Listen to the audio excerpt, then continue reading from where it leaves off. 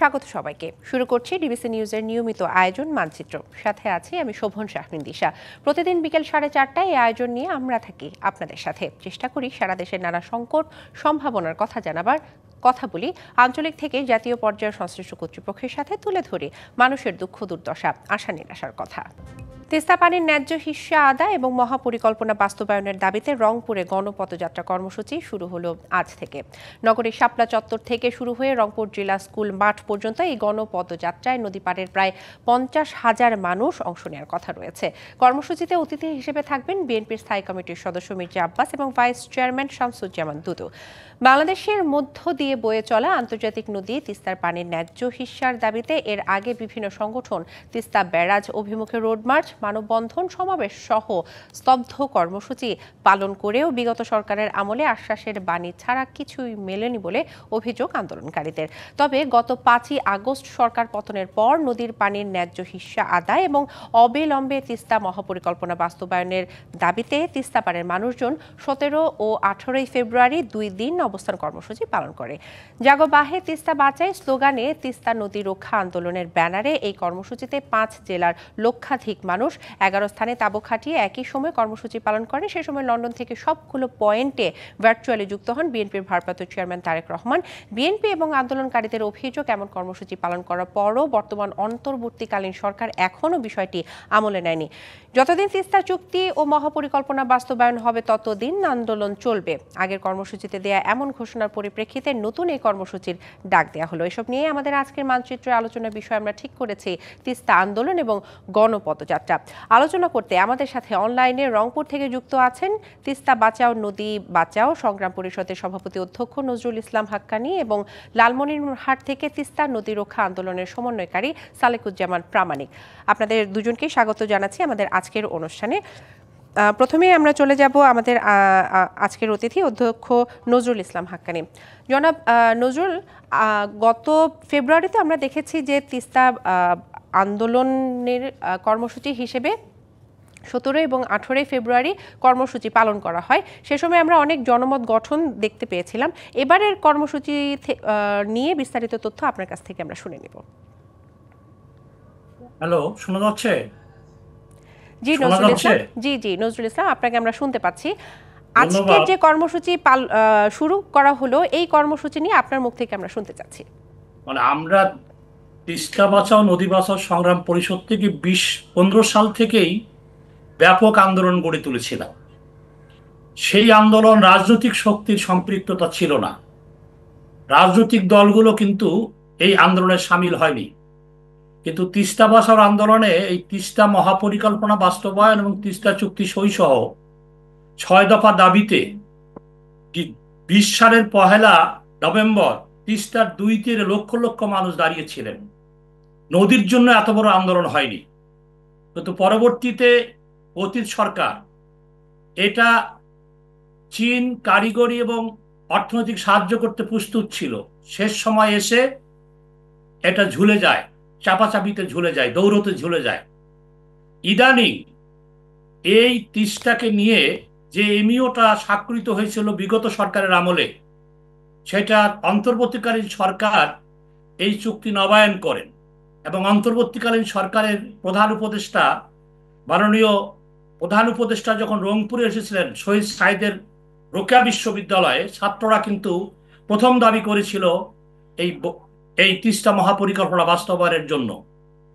এরপরে গণশুনানি হয়েছিল, পানি সম্পদ মন্ত্রী এসেছিলেন, আমরাও ছিলাম সেখানে। বলা হয়েছিল যে আমরা পাওয়ার চাই না, আসবে, পানি উন্নয়ন বোর্ড করবে, আমরা অচিরে এইটি কাজ করব। এরপরেই কিন্তু তিস্তা নদী রক্ষা আন্দোলন, আসাদুল হাবিব দুলু, এই অঞ্চলের খুব আলোচিত নেতা, খুব পপুলার নেতা আসাদুল হাবিব দুলুর নেতৃত্বে আপনার তিস্তা রক্ষা আন্দোলন 17 এবং 18 ফেব্রুয়ারি তিস্তার 11টি পয়েন্টে গণ অবস্থান কর্মসূচি 48 ঘন্টা ডাক দেয়। আমরাও সাপোর্ট করেছিলাম। লক্ষ লক্ষ মানুষ রায় দিয়েছে এই ভাঙনের হাত থেকে, তিস্তাকে রক্ষা করতে গেলে ভাঙনের হাত থেকে, প্লাবনের হাত থেকে এই মহাপরিকল্পনা বাস্তবায়ন করতে হবে এবং খরাকালে তিস্তার পানির ন্যায্য হিস্যা আমরা চাই। এই দুটি দাবিতে আন্দোলন হয়েছিল। কিন্তু আজকে আমরা দেখতেছি যে এটা কিভাবে বাস্তবায়ন হবে। আজকে দেখতেছি আজকেও কিন্তু গণপদযাত্রা রংপুরে হচ্ছে, হাজার হাজার মানুষ এখানে অংশগ্রহণ করবে, এবং আমরাও তিস্তা বাঁচাও থেকে আমরা এটাকে সাপোর্ট করেছি, সমর্থন জানিয়েছি। তা আজকে আমাদের কথা হচ্ছে যে এটা কিভাবে করব। চীন তো টাকা দিতে চাচ্ছে, কারিগরি সহযোগিতা দিতে চাচ্ছে। আমরা আগে থেকেই বলতেছি চীন, ভারত, রাশিয়া বুঝি না, এইটা সামান্য টাকা, মাত্র 1 বিলিয়ন টাকা। এটার জন্য বিদেশি ঋণ নেওয়ার দরকার নাই। এ যাবৎ বাংলাদেশ সরকার কিন্তু বড় বড় মেগা প্রজেক্টে ঋণ নিয়েছে, এ যাবৎ সরকারি সাহায্য এবং মেগা প্রজেক্টে জি ঋণের জনাব পরিমাণ নজরুল, কমিয়েছে। আপনার কাছ থেকে আমরা কর্মসূচি বিভিন্ন বিষয় আসলে শুনে নিচ্ছিলাম। আমরা একটু লালমনিরহাটে চলে যেতে চাই, সেখানে একজন আন্দোলনকারী আমাদের সাথে যুক্ত আছেন অনলাইনে, জনাব সালেকুজ্জামান। সালেকুজ্জামান, আপনি তো আন্দোলনের সাথে জড়িত আছেন, আন্দোলন এর মধ্যে আন্দোলনের কর্মসূচি শুরু হয়ে গেছে। আপনার কাছে আমি যে প্রশ্নটা রাখতে চাই যে কি মনে হয় এই ধরনের কর্মসূচি দিয়ে কি আসলে যে তিস্তা বাঁচাও বা পানির যে অধিকারের ন্যায্য হিস্যার কথা আপনারা বলছেন, এটা কি আদৌ সম্ভব, নাকি পাশাপাশি আরো কোনো পদক্ষেপ নেওয়া জরুরি? জি, আপনাকে অনেক ধন্যবাদ। যে আপনি জানেন যে আমরা আমাদের প্রিয় নেতা অধ্যক্ষ আসাদুর হেবদুল মহোদয়, বিএনপি জাতীয় নির্বাহী কমিটির সাংগঠনিক সম্পাদক এবং লালমিরহাট জেলা বিএনপি সম্মানিত সভাপতি, উনি এই তিস্তা বাঁচাও আন্দোলনে প্রধান সমন্বয়কারী। উনি এই অঞ্চলের মানুষ, 5টি জেলার গরিব দুঃখী মানুষের দুঃখ দুর্দশার কথা চিন্তা ভাবনা করে তিস্তা মেগা প্রকল্পকে বাস্তবায়ন করার জন্য উনি এই আন্দোলনের ডাক দিয়েছেন। উনি এই আন্দোলন, আপনারা জানেন যে এর আগে আমরা 48 ঘন্টা তিস্তা চরের মধ্যে অবস্থান করেছিলাম। 17 এবং 18 ফেব্রুয়ারি আমরা সেখানে উপস্থিত হয়েছিলাম। সেখানে আমাদের 11টি পয়েন্টের মধ্যে লাখ লক্ষ জনতা, সেই আবাল বৃদ্ধা বনিতা, প্রত্যেকটি অঞ্চলের মানুষ তাদের তিস্তা নদীকে রক্ষা করার জন্য, এই আন্দোলনকে বাস্তবায়ন করার জন্য তারা আগে এই আন্দোলনে শরিক হয়েছিল। আপনি এটিও জানেন যে এই আন্দোলনে আমাদের CNN, বিবিসি, আল জাজিরা, বাংলাদেশের সমস্ত পত্রপত্রিকায় উঠেছে যে এই আন্দোলনের কথা সারা বাংলাদেশ থেকে পৃথিবী পর্যন্ত ছড়িয়ে দেওয়ানো হয়েছে। ইতিপূর্বে যে সরকার ছিল, এই সরকার শুধু মানুষের কথা বলে গেছে, কিন্তু বাস্তবায়ন করার কথা কখন চিন্তা ভাবনা করেনি। কথা এবং কাজের মধ্যে কোনো মিল দেখেনি। তাদের মধ্যে ছিল, এই ফ্যাসিস্ট হাসিনা সরকারের মধ্যে ছিল একটি ফ্যাসিস্ট চিন্তা ভাবনা, সবসময় মানুষকে ধোঁকা দিয়ে কিভাবে তার স্বার্থকে চরিতার্থ করানো যায়। তা আমাদের প্রিয় নেতা অধ্যক্ষ আসাদুর হেবদুল মহোদয়, উনি এই মেগা প্রকল্পকে বাস্তবায়ন করার জন্য যে আন্দোলনের ডাক দিয়েছে, আমরা সেই আন্দোলনে শরিক হয়েছি, এবং এই আন্দোলনের যদি আমরা রক্ষা করতে পারি, তাহলে এই অঞ্চলের মানুষের, খেটে খাওয়া মানুষের মুখের হাসি আমরা ফেরাইতে পারবো। আপনারা জানেন যে বন্যা মৌসুমে এবং যখন প্লাবিত হয়ে যায়, তখন দুধারে এত পানির স্রোত হয়ে যায় যে মানুষের তখন আর কোনো বাঁচার উপায় থাকে না। একদিকে যেমন পানির বর্ষাকালে পানির প্রভাব পড়ে, অন্যদিকে ভারত সেখানে পানিকে ছেড়ে দিয়ে আমাদের এই অঞ্চলের মানুষের দুঃখ দুর্দশাতে পরিণত করে দেয়। সুতরাং আমরা জানি, বাংলাদেশ সরকার চাইলে এই 10,000 কোটি বা 12,000 কোটি টাকা একটা মেগা প্রকল্প, তিস্তা প্রকল্প বাস্তবায়ন করা, বাংলাদেশে দেশীয় টাকা দিয়ে কোনো প্রকার সমস্যা, এই সমস্যার সমাধান করা সম্ভব।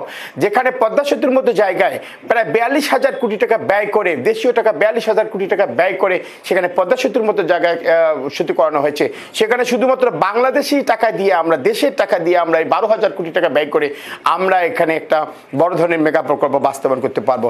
আপনারা জানেন যে এখানে চীনের রাষ্ট্রদূত এসেছিল, এবং চীনের সাথে আমাদের একটা চুক্তিও হয়ে গিয়েছে প্রায়। সে কারণে আমাদের ডক্টর ইউনূস চীনও গিয়েছিলেন, কিন্তু সেখান থেকে আসার পর আমরা এই প্রকল্পকে বাস্তবায়ন করার যে একটা গতি সেটা আমরা লক্ষ্য করতে পারছি না। অপরদিকে আমরা দেখতেছি যে পররাষ্ট্র পরিকল্পনা মন্ত্রী, উনি এটাকে ভালোভাবে গ্রহণ করতে পারছে না। কেন পাচ্ছে না আমরা জানি না। আমাদের প্রিয় নেতা অধ্যক্ষ আসাদুর হেবদুল মহোদয় বলেছে, এই তিস্তা মেগা প্রকল্প যতক্ষণ বাস্তবায়ন হবে না, ততক্ষণ পর্যন্ত আমাদের আন্দোলন চলতেই থাকবে, এবং আমরা এই খেটে খাওয়া মানুষকে নিয়ে, দুঃখ দুর্দশা গরিব দুঃখী মানুষকে নিয়ে আমরা আন্দোলন চালিয়ে যাব। তার এই ধারাবাহিকতা আজকে আমরা এখানে রংপুর মহানগরে রংপুরের বিভাগের মধ্যে 5টি জেলাকে আমরা এখানে সমবেত হয়েছি। এখানে আমরা শান্তিপূর্ণভাবে আমাদের মধ্যে প্রত্যেক, আপনি দেখতে পাচ্ছেন যে আমার গেঞ্জির মধ্যে লেখা আছে জাগো ভেদ তিস্তা বাঁচাও। প্রত্যেকেই আমরা শান্তিপূর্ণভাবে একটা সরকারকে জানান দিতে চাচ্ছি যে আমরা এই আন্দোলন থেকে পিছিয়ে নাই, আমরা এই আন্দোলন অব্যাহত চালিয়ে যাচ্ছি। তবে যতক্ষণ পর্যন্ত আমাদের এই আন্দোলন বাস্তবায়ন করতে পারি, আপনার কাছে আমরা আবারও ফিরবো। জনাব নজরুল, আপনিও থাকবেন আমাদের সাথে, নিতে হচ্ছে একটি বিরতি। দর্শক, মানচিত্রে নিয়ে নিচ্ছে একটি ছোট্ট বিরতি, সঙ্গেই থাকুন।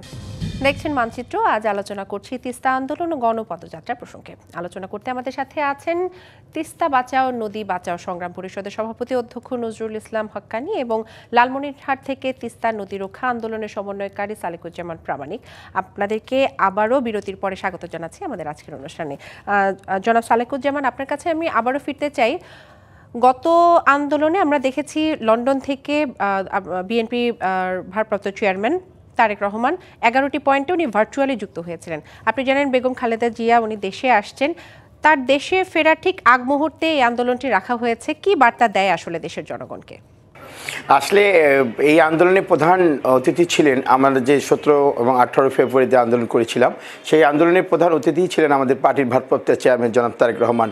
উনি আমাদের আন্দোলনে শরিক হয়ে উনি আমাদের এতটুকু আশ্বস্ত করেছিলেন, এই বৃহত্তর রংপুরের মানুষকে, বৃহত্তর রংপুর বিভাগের মানুষকে আশ্বস্ত করেছেন, যদি আগামী দিনে বাংলাদেশের জনগণ বিএনপি বাংলাদেশ জাতীয়তাবাদী দলকে ক্ষমতায় নিয়ে আসে, তাহলে সর্বপ্রথম অগ্রাধিকার ভিত্তিতে এই তিস্তা মেগা প্রকল্পকে বাস্তবায়ন করা হবে, এটি উনি আমাদেরকে আশ্বস্ত করেছেন।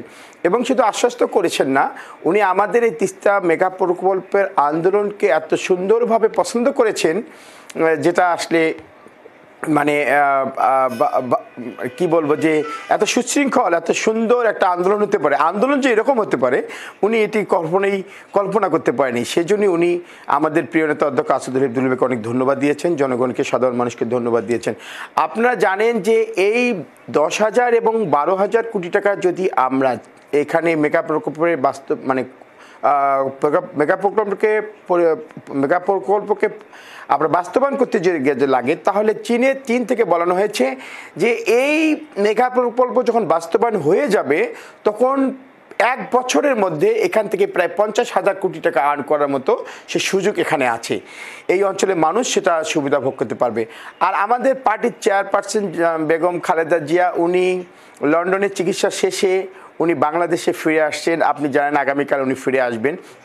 বাংলাদেশের মানুষ তার অপেক্ষায় বসে আছে যে বেগম খালেদা জিয়া যদি সুস্থ হয়ে বাংলাদেশ ফিরে আসে, অবশ্যই এই তিস্তা মেগা প্রকল্পকে বাস্তবায়ন করার জন্য সরকারের কাছে ডক্টর ইউনূস সরকারের সঙ্গে আলোচনা করবে এবং এটাকে কিভাবে বাস্তবায়ন করা যায় তার দিক নির্দেশনা উনি দিবেন। এতটুকু আমি আপনার কাছে আশ্বস্ত করতে চাই। জি জনাব সালেকুজ্জামান, আপনাকে ধন্যবাদ। আমরা আমাদের আরেকজন অতিথি অধ্যক্ষ নজরুল ইসলাম হাক্কানী, ওনার কাছে ফিরতে চাই। জনাব নজরুল, আপনার সাথে এই বিষয়টি নিয়ে আগেও কথা হচ্ছিল, আপনি এটা আসলে শেষটা টানতে চাই যে এই কর্মসূচিকে বাস্তবে রূপ দেওয়ার জন্য আর কি কি করা যেতে পারে, আপনার কি মনে হয়? বাস্তবে ধন্যবাদ। বাস্তবে রূপ দেওয়ার কি, এখনো রাজনৈতিক সিদ্ধান্ত দরকার। রাজনৈতিক সিদ্ধান্ত অলরেডি গ্রহণ হয়েছে। এখানকার সবচেয়ে বড় দল বিএনপি এটাকে রাজনৈতিকভাবে সাপোর্ট করেছে। বিএনপির বড় নেতা জনাব তারেক রহমানও কিন্তু এর পক্ষে দাঁড়িয়েছেন। এখানে জামাতে ইসলাম বাংলাদেশ রংপুরের লালমনিরহাটের সমাবেশগুলোতে তিস্তা মহাপরিকল্পনা বাস্তবায়ন করা হবে অঙ্গীকার করেছেন। এখানে নাগরিক পার্টি এবং বৈষম্যবিরোধী ছাত্র আন্দোলন তারাও বলেছে। তাহলে এই জায়গায় দাঁড়িয়ে রংপুরে একটা জাতীয় ঐক্যমত তৈরি হয়েছে, রাজনৈতিক সদিচ্ছা প্রতিষ্ঠার ঐক্যমত তৈরি হয়েছে। এখন আমরা মনে করি এটা তো টাকা না, 12,000 কোটি টাকা বিদেশ থেকে লোনের দরকার নাই। লোন নিয়ে প্রতি বছর এই যে সামনের বার থেকে আমাদের কিন্তু 4 বিলিয়ন টাকা কিন্তু কিস্তি শোধ করতে হবে। আমরা লোন চাই না। এই প্রতি বছর তিস্তার ভাঙনে 1 লক্ষ কোটি টাকা সম্পদ নদী খেয়ে ফেলে এবং এই তিস্তা খনন করলে যে জমি উদ্ধার হবে তার সম্ভাব্য মূল্য 13 লক্ষ কোটি টাকা।